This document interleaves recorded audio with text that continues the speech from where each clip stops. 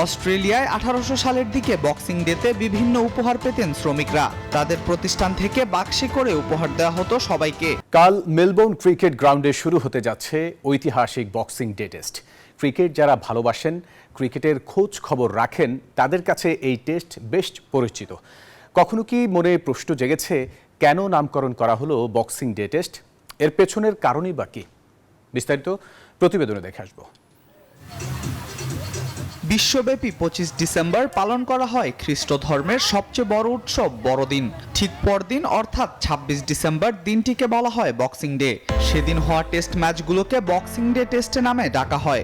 ম্যাচগুলোকে ঘিরে সংবাদ মাধ্যম থেকে শুরু করে সোশ্যাল মিডিয়া প্ল্যাটফর্ম সব জায়গায় লোকের উচ্ছ্বাসও থাকে তুঙ্গে। অনেকেই শুধু নামে জানেন বক্সিং ডের কথা, কিন্তু জানে না এর সঙ্গে থাকা একটি গভীর ইতিহাস।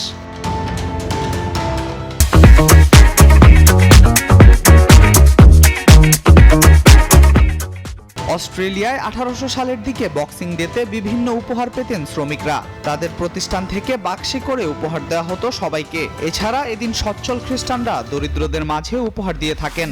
সব উপহার দেওয়া হয় বাক্সে করে, যার ফলে সেই বাক্স থেকে বক্স এবং বক্স থেকে এসেছে বক্সিং ডে নামটি। আর ক্রিকেটের সঙ্গে বক্সিং ডের সুদীর্ঘ ঐতিহ্য রয়েছে।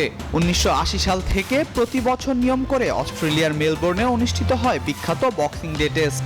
সে সময় অস্ট্রেলিয়া সফরে থাকা দলের সাথে অনুষ্ঠিত হয় অজিদের এই বক্সিং ডে টেস্ট। এর আগে ঐতিহাসিকভাবে বক্সিং ডেতে ভিক্টোরিয়া এবং নিউ সাউথ ওয়েলসের মধ্যে শেফিল্ড শিল্ডের ম্যাচ অনুষ্ঠিত হতো। বক্সিং ডে টেস্ট শুধু ক্রিকেট ভক্তদের জন্য নয়, বরং সাধারণ মানুষের কাছেও একটি বিনোদনের উৎস। ছুটির দিন হয়, মানুষ পরিবার নিয়ে স্টেডিয়ামে আসে এবং টিভিতে খেলা উপভোগ করে। এটি ক্রীড়া ও সংস্কৃতির একটি গুরুত্বপূর্ণ সংমিশ্রণ। আল মাহমুদ ফাহিম, নিউজ 24।